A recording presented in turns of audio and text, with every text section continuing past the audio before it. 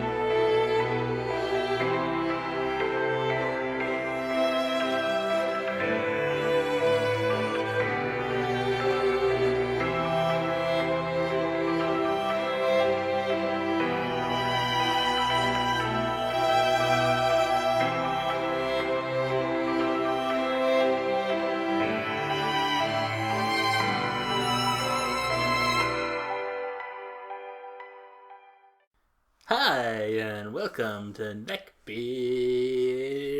Nation! I am, of course, the one and only Buck. And this well-coiffed gentleman over here is Matt. I have my golden flaked chalice of the day. Matt has his very fashionable hat of the day. And today we are talking about the lesbians, the gays, the bis, the trans, and whatever else falls under this rainbow of a cornucopia of delight. Yeah, I mean, we owe the world this service of two straight men talking about gays, right? Absolutely. Who better than us? Yeah. Yes. From, the perspective of having no idea what it's like whatsoever, I think that's the best way to do it. Yeah, I agree. Yeah. So, with that, of course, said, we're going to start off with our somewhat usual chronology of the subject. Of course, this is another one. We can go back to before humanity. In fact, we can probably go the farthest back with this history than we can of everything, because this is pure biology. Homosexuality's been around for millions and millions and millions of years. And you can still see it in all branches of the animal world today. We just happen to be one of them. And I just happen to live in a society that gives a shit about people doing that. Unfortunately. So, we have evolved very much to have this as part of the culture. And from the earliest human societies, there was recognition that these sorts of relationships existed. And certainly look back to biblical times, that's one of the first things they wrote about. A man lying with another man. And go from there into... I wonder what do you think the driving factor was for them to incorporate that into the Bible? Were they trying to counteract another culture or set themselves apart, or because was it more well, before those times, all sorts of cultures had variety of different interpretations of that. But when it came to that time, I think there's just very much no better way to say than a gross factor to them. Other civilizations at the time of the writing of the Bible were practicing homosexuality openly. Yeah. How common was it around that time? Very. I mean, well, it's always exactly as common because it's always 10% genetically of people. Really? Yeah, I mean, it's 10% of animals, approximately. I don't want, someone, I read a paper. No, approximately. You're the one who does that to everybody else. Don't start that now. Yes, but I am a hypocrite. So with that, I think there was part of that had to do with familial relations and marriages as well. Because I mean, was it just another form of them asserting their control over people, basically? Yeah. And certainly, if your sons go out there and don't have a family to carry on the name or to, trade property for marriage, things like that, then that's a loss to the family. And so that's certainly an element that's gone through the ages as a reason against it people have had. What else? Okay, so from there we head on to Greek civilization. And we were talking a bit earlier about how the normal part of a Greek male's life to fuck little boys, that doesn't really fit into homosexuality spectrum as much as it does the pedophilia spectrum. I mean, I'm sure they had sex with grown men too, but it's just, where do you draw the line, I guess? Well, certainly naked wrestling was an Olympic sport, so you definitely had something going on there.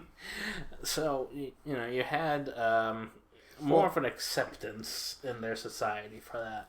I guess we should probably just quickly mention that they would court young boys, I guess, and it was acceptable, and they had like these like dating kind of rituals where they would flirt with the boys and kind of like take them off into the woods for camping trips, and it was totally acceptable. The only reason why I wanted to touch on that is because there's a modern day kind of, I don't know, what do you call it, facsimile or something of this, where with the I think we talked about this like over a month ago, the chai boys and the in the Middle Eastern armies, basically. I'm not sure exactly what countries do this, but there's basically a modern day version of this, men courting young boys and using them for sex, and it's practiced in the Middle Eastern armies. I'm not sure exactly which ones. You guys are going to have to look into it, but they call them chai boys because they're young boys who follow the soldiers and provide tea for them, and they're kind of just like indentured servants.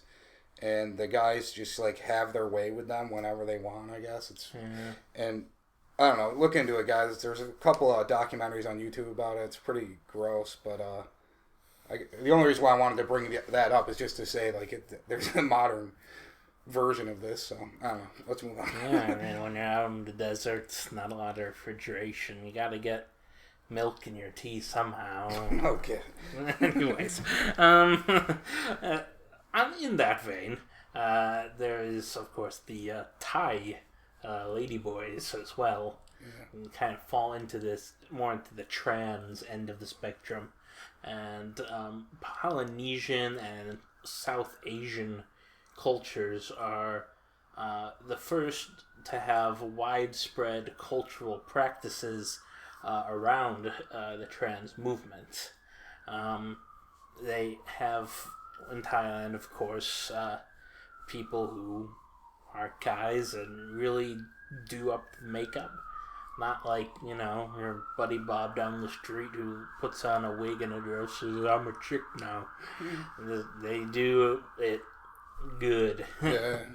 They make it hard to tell, and that's not a situation you want to be in. Yeah, I get numerous times I'll end up on YouTube, oddly enough, late at night, just randomly clicking videos, and I'll end up on the Thai ladyboy videos. People go there and just, you guys can check it out. They go there and just walk around showing all these ladyboys, and this one guy will ask, "Are you ladyboy? Are you ladyboy?" And they'll be like, "Yeah." He's like, "Holy cow! I can't believe it! You cannot. It's amazing. beautiful, you know? Absolutely. And that culture has spread around the South Pacific as well as being a very common sort of way to go through life, as being another gender. So is this more of an ancient practice, or how old is It is an ancient practice in these parts of the world. And certainly that's why it's part of this end of the chronology, because it is a very old thing. It's not, reacting to free sex and love of the 60s or something. It's part of what they do. Okay. And so from there, we have a lot of same-sex relationships also in that part of the world that are celebrated in Japan and China. And they don't have the same stigmas that we do, because they didn't ever have a religion telling them how terrible it was. So, they got by a lot better than we did here in the West.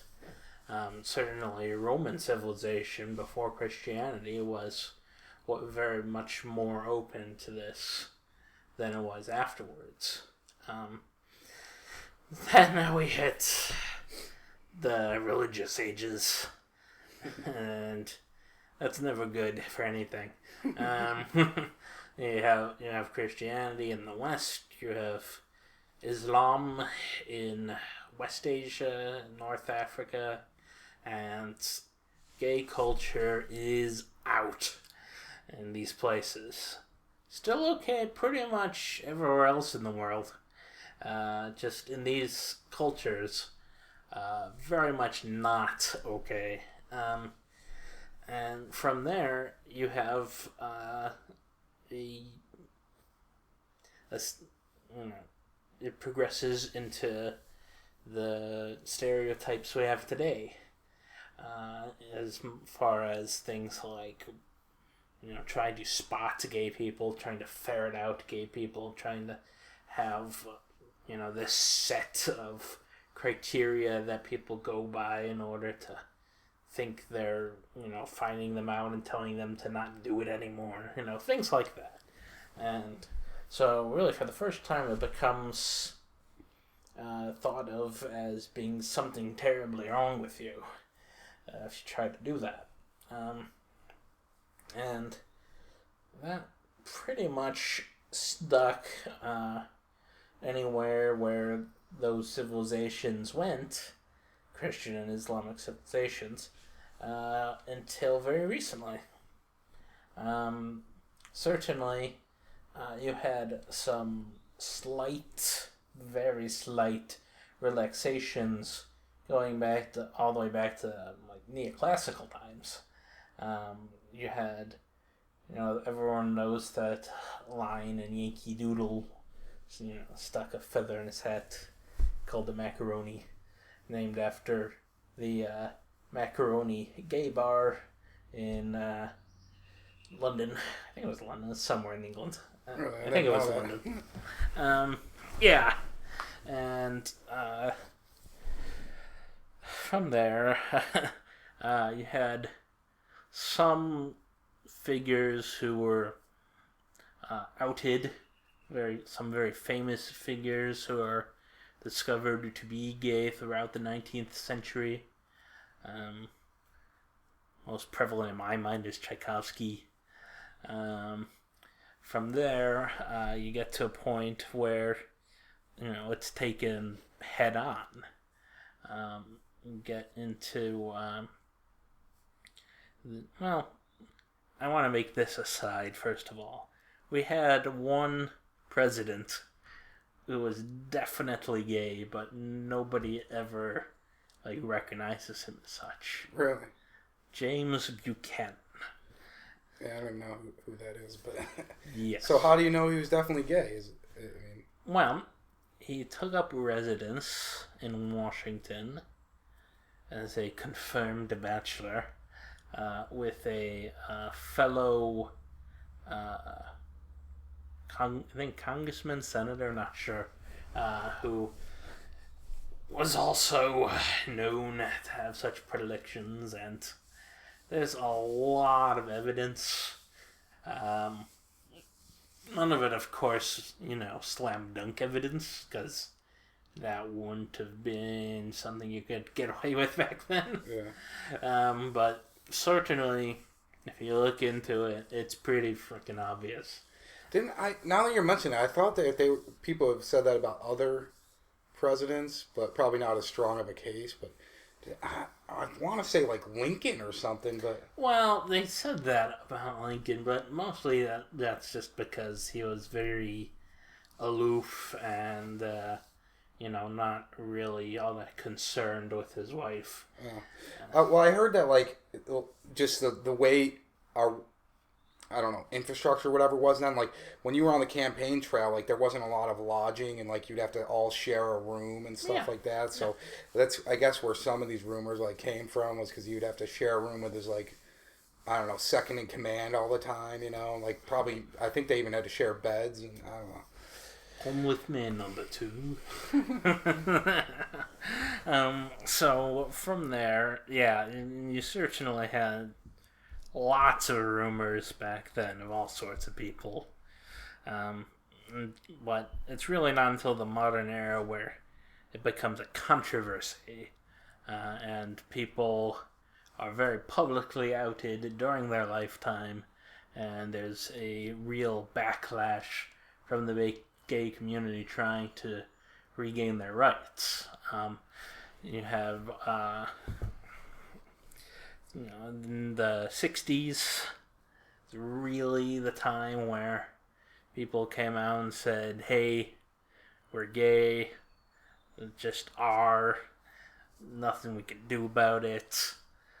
Yeah, I heard one of the major, like, straw that broke the camel's back was there was this gay bar, was it in New York, where they were, like, attacked or something? But was it by the police or something like that? Yes. And that was basically the last straw for them, and then they all it was a catalyst for them to start banding together and fighting more for their rights, I guess. Absolutely. And with that, you had a gay rights movement to go along with all the other civil rights movements back then. However, the most of the other civil rights movements ended up in things like laws being passed against discrimination, people publicly coming together to acknowledge that people of different backgrounds could be accepted, things like that. But you did not quite get that far with the gay rights movement back then. It's only been in the last decade or so where we've decided to give gay marriage and gay rights legal protection and equality under American law. And certainly other places in the world, they've had that for a bit longer. But here it's been only very recent. And we're about to have it everywhere in the entire country. And I'm just pissed off of this. Like, how backwards and fucked up can a civilization be? You know what I'm saying? It's like, God, I don't know. I don't even know. I'm at a loss for words. It's fucking ridiculous, dude. Yes. Who the fuck cares? People who believe in religious shit. They're like, it's an abomination. What? You're an abomination. Who the fuck cares? There's so many fucking abominations that you don't go to. You know what I mean? You're eating shellfish. Yeah. That's an abomination. So basically, it equates to they're just icked out by it, basically. That's and it's like, why? You don't have to fucking be there. You don't have to be in the bedroom with them. You don't have to... No one's gonna fucking hit on you. And anyways, you would think fucking straight men would love there being gay men. That potentially... them, if a gay couple got together, that takes two guys out of the running and leaves some chicks open for you, dude. Like, well, it's not like they were ever in the running anyways, but... Well, you know what I'm saying. But I'm just saying, like, on every level, it's like, I don't fucking get it at all, man. It just drives me nuts. It does, and that the states are trying some very evil legislation to try and get around these new civil rights protections.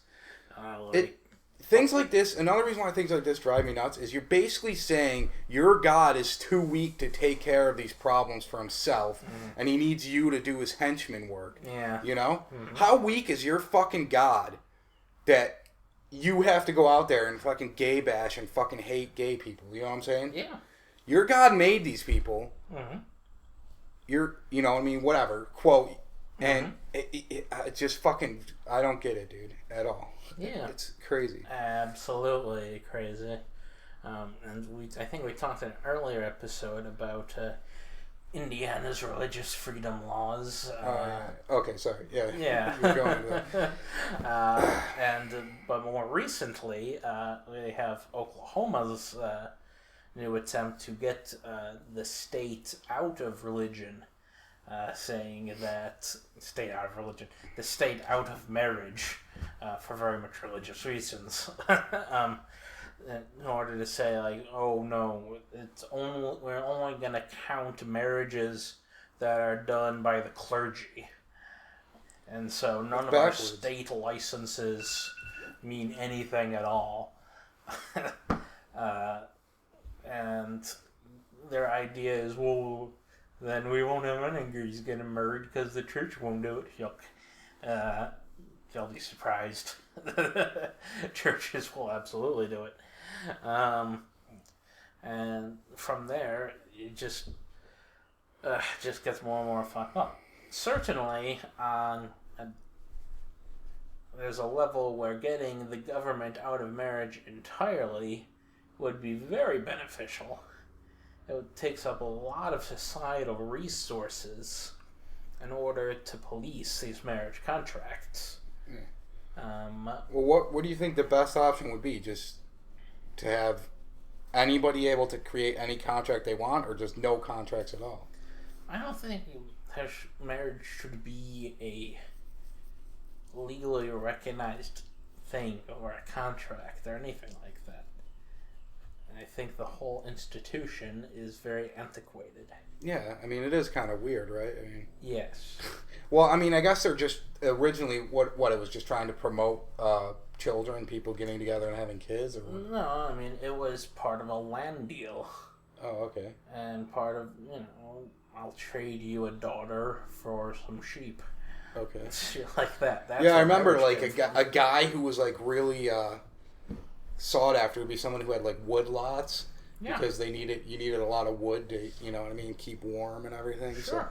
So how eligible you were or whatever was like how many wood lots you had or how much wood property. Yeah, that's why higher level people in those ancient societies had a lot of wives, because people wanted a lot of stuff. And that was really where it came from, and that it's sort of, became part of religion as the church became the dominant power structure, and then the whole property thing sort of went away, but we're left with church structure and marriage without any of the reason for it that we had in ancient times.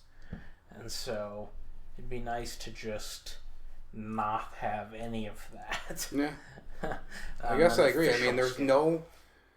Before, like, I became an atheist, I felt like marriage and, like, there was this kindred soul, you know what I mean? Whatever, you know what I mean? Like, soulmate, like, special magical thing about marriage. Mm-hmm.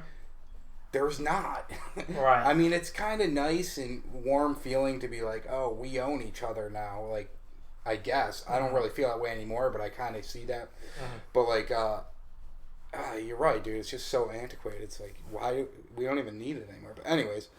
Yes. With that aside, that's been our episode on the LGBT movement. We look forward to seeing all of your comments, any hate mail you might have, any love mail you might have, You know, they talk about hate mail, but what about love mail? It's got to be love mail. Even if you're gay guys that want to say we're cute, we're totally open to that. Yeah, give us some love mail. So, well, I mean, I want to take this just to say, like, we might do other episodes on this topic just because we have a lot more to talk about, and we might do other episodes on our other topics. So just so you guys know, like, we might do like part 2s later on and stuff. I don't know. Indeed. But for this part 1, at least, this is Buck, that is Matt, saying arrivederci. Thanks, guys.